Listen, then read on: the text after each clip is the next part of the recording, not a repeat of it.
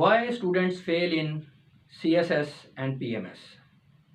Students अगर इस topic को हम इंटरनेट के ऊपर सर्च करें ना, तो एक लंबी लिस्ट निकल आएगी कि वो कौन कौन सी वजूहात हैं जो कंपटीशन के एग्ज़ाम के जो स्टूडेंट हैं उनके फेल होने की।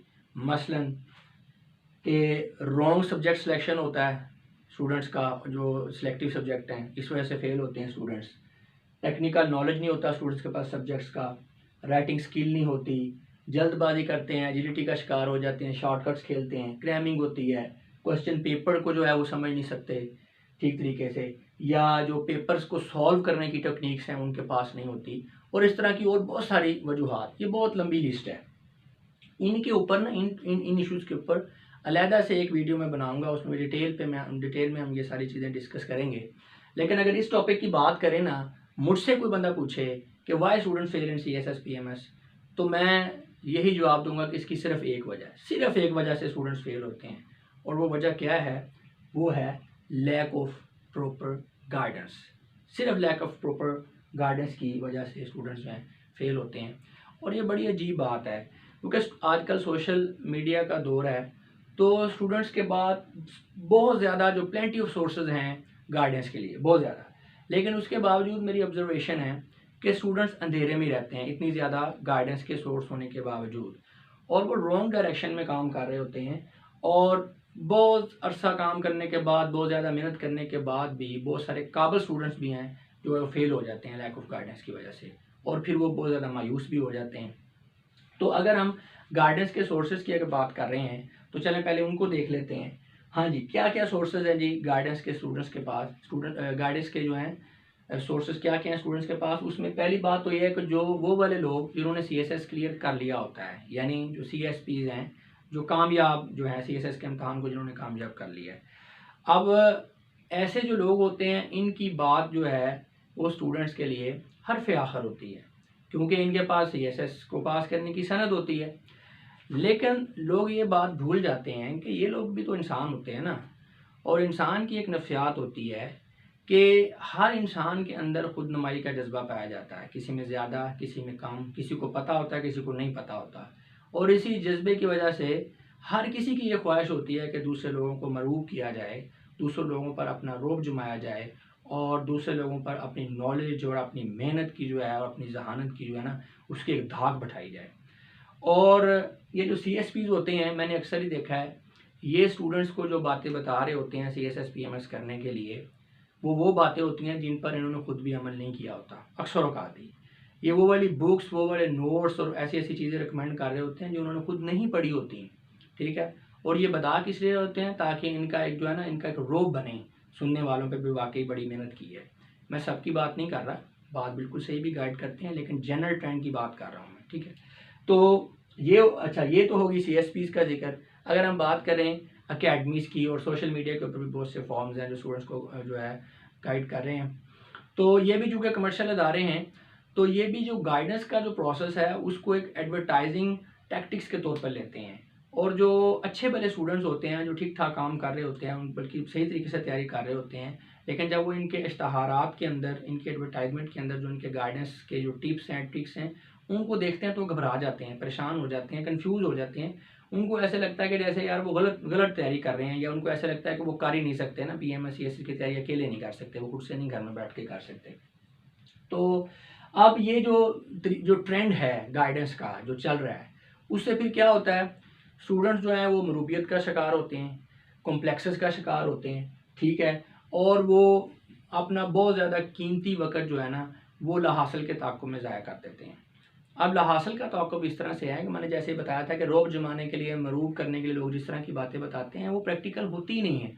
तो स्टूडेंट जब उन पर अमल करने की कोशिश करते हैं, तो फिर उनके ऊपर क्या होता है? टाइम प्रेशर आएगा, घबराएँगे वो, या उनसे वो काम टाइम पे होगा नहीं, टाइम ही नहीं मैनेज होगा। तो इस तरह की चीज़ें वो फिर वो कर नहीं पाते।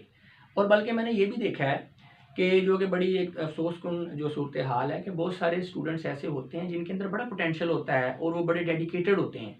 लेकिन जब वो ये सोशल मीडिया के ऊपर, या दूसरे जो माहिरीन हैं, जो CSS के जो गाइड करने वाले लोग हैं, उनसे जब बहुत सारी टिप्स, ट्रिक्स और जो बुक्स हैं और नोट्स और जो इस तरह के जो टोटके हैं, जब वो उनको देखते हैं, तो उनके माइंड में एक परसेप्शन डेवलप हो जाती है कि CSS करना पता नहीं कोई पहाड़ खोदने के मुतरादिफ है, पता नहीं कितना मुश्किल काम है ये, और उनको ये लगने लग जाता है कि यार ये हमसे नहीं होगा, मैं नहीं ये कर सकता। और बहुत से काबिल लोग जो हैं वो घबरा के इन सारी चीज़ों को देख के, इतनी प्लेंटी ऑफ इन्फॉर्मेशन को देख के वो बीच में छोड़ जाते हैं। ठीक है, और बड़ी तकलीफदेह बात है ये, क्योंकि मैंने बहुत से स्टूडेंट्स को देखा है कि CSS और PMS करने के चक्कर में उन्होंने अपना करियर ख़राब किया है कि वो, और इसके अलावा उनके पास और बहुत सारे ऑप्शन होते हैं, बहुत अच्छे ऑप्शन होते हैं अपने करियर के, वो उन ऑप्शंस को छोड़ के CSS एंड PMS की तरफ आते हैं, और फिर यहाँ पे रास्ते में, बीच रास्ते में उसमें जो क्विट करते हैं, और बाद में हो सकता है वो वाले ऑप्शन भी उनके हाथ में ना आ रहे हैं जिनको छोड़ के वो इधर आए थे, तो फिर वो बेचारे एक फ्रस्ट्रेशन के अलावा उनके पास कोई ऑप्शन ही नहीं होता, सारी ज़िंदगी वो मायूस रहते हैं, या उनका करियर जो है वो उस पीक पे नहीं जा सकता जिसका जितना उनके अंदर टैलेंट होता है जाने का। तो गाइडेंस की बात हो रही है, अगर मैं जनरली स्टूडेंट से पूछूं ना कि क्या what is the eligibility criteria for CSS, क्या क्राइटेरिया है CSS PMS के लिए, तो मुझे पता है कि तकरीबन 80% या उससे भी ज़्यादा जो स्टूडेंट्स हैं उनका जवाब यही आएगा कि जी 21 to 30 एज लिमिट है और बैचलर डिग्री होनी चाहिए। तो यहाँ पर ही बेसिक गलती करते हैं स्टूडेंट्स और फेल होते हैं। देखें, आपने कोई भी काम करना है तो उसमें कुछ टैलेंट का भी तो कोई मिनिमम क्राइटेरिया होना चाहिए ना, उसका भी तो कोई एलिजिबिलिटी क्राइटेरिया होना चाहिए टैलेंट का।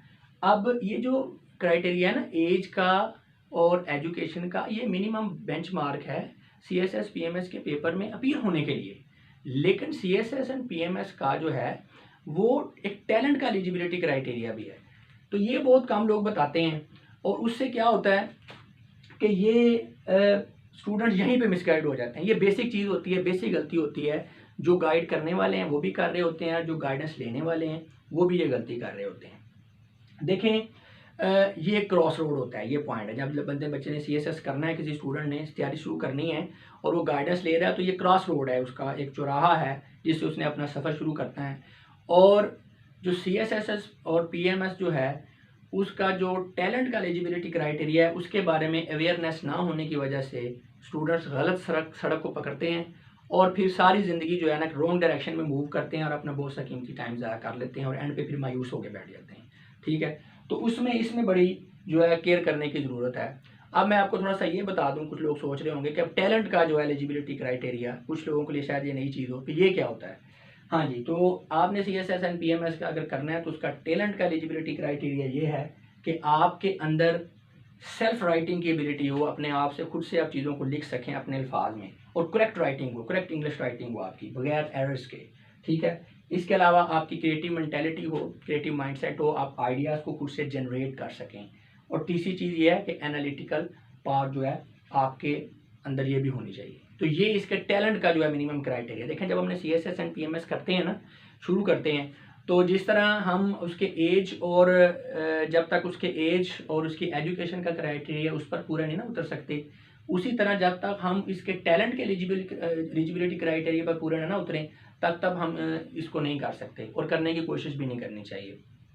तो उसमें अब ये सारे जो मैंने अभी तक डिस्कशन की है, इसको अगर मैं इसको सम अप करूं तो मैं ये कहना चाहूँगा कि अगर आपके अंदर खुद से चीज़ों को एनालाइज करने की क्वालिटी नहीं है, और आप खुद से आइडियाज़ को जनरेट नहीं कर सकते, आइडियाज़ को डेवलप नहीं कर सकते, और फिर अपने आइडियाज़ को अपने अल्फाज में लिखकर इंग्लिश लैंग्वेज के अंदर लिखकर इफ़ेक्टिवली रिप्रेजेंट नहीं कर सकते, तो आप CSS एंड PMS के जो क्राइटेरिया है उसके ऊपर पूरा नहीं उतरते हैं आप। ठीक है, इस बात को आपको ध्यान में रहना चाहिए। लेकिन मैं कोई आपको डीमोटिवेट नहीं करना चाह रहा, कोई भी मसला हो उसको हल किया जा सकता है, कोई भी कमज़ोरी है उस पर पूरा किया उसको उसके ऊपर पूरा इंसान उसको पूरा कर सकता है अपनी मेहनत के बलबूते पर। तो लिहाजा हमने क्या करना है, सबसे पहले वो हो गया ना एलिजिबिलिटी क्राइटेरिया एज वाला और एजुकेशन वाला, उसके बाद हमने ये वाला क्राइटेरिया जो है, ये जो उसका टैलेंट का क्राइटेरिया, इसको सबसे पहले हमने पूरा करना है, फिर हमने किसी और चीज़ के ऊपर जो है हमने फोकस करना है। तो उसमें बाद स्टूडेंट्स अब शायद परेशान हो गए हों कि यार इतना तो टाइम ही नहीं है कि पहले आप इसके ऊपर टाइम लगाएं और फिर आप दोबारा से CSS की तैयारी जो है वो अलहदा से करें, तो उतना टाइम नहीं है। देखिए, जिनके पास तो टाइम है वो यही स्ट्रेटेजी करें कि पहले इस पे काम करें, ये टैलेंट अपने अंदर डेवलप करें। और जिनके पास टाइम नहीं है, यानी आप आखिरी साल जा रहा है तो आपने एग्ज़ाम में अपीयर होना है, तो फिर उसमें यह है, उनके लिए भी परेशान होने की ज़रूरत नहीं है, लेकिन यह है कि उनको फिर मेहनत डबल करनी पड़ेगी, ज़्यादा टाइम देना पड़ेगा, ज़्यादा मेहनत करनी पड़ेगी। तो वो आप तैयारी के साथ साथ उसमें इस स्किल को डेवलप कर सकते हैं। लेकिन उसमें फिर क्या है कि आपको अपना जो प्रिपरेशन प्लान है उसको इस तरह से डिज़ाइन करना पड़ेगा, इस तरह से उसको ऑर्गेनाइज़ करना पड़ेगा कि आपकी CSS की तैयारी भी साथ साथ चलती रहे और साथ में आपके अंदर ये वाली स्किल जो है ये भी डेवलप हों। लेकिन ये बात मैं बार बार आपसे कह रहा हूँ कि इसके बगैर बात नहीं बनेगी। आप चाहे जो मर्ज़ी आप समझें अपने आप को, लेकिन अगर आपके अंदर ये क्वालिटी नहीं है तो CSS एंड PMS में जो है ना वो आगे जाना, उसका स्कोप जो है ना आपके लिए बहुत कम है। और बहुत से स्टूडेंट्स को ये पता ही नहीं चलती एंड तक, और वो फेल होते रहते हैं, और बहुत ज़्यादा मेहनत करने के बावजूद भी वो फेल हो जाते हैं। बहुत सी अकेडमीज ज्वाइन करते हैं, बहुत सारा टाइम सर्व करते हैं, रट्टे लगा रहे हैं, बड़ी बड़ी प्रेपरेशनें कर रहे हैं, लेकिन बड़े आराम से फेल हो जाते हैं। इतना अच्छा ऐसे कहते हैं हम करके आए हैं, इतना अच्छा ऐसे करके आए हैं और फेल हो गए, और फेल भी इस तरह में 5 नंबर है ऐसे में, 10 नंबर है ऐसे में। तो यही वजह है ना, ये चीज़ नहीं होती। तो ये पहले आपने इसके अंदर डेवलप करनी है। मुझे एक बात याद आ गई, मैंने अकेडमीज़ की एंड CSPs की बात की है, तो मैं फिर रिपीट कर रहा हूँ इसको कि ये मैंने जनरली बात की है, ये मैं सबके लिए नहीं कह रहा।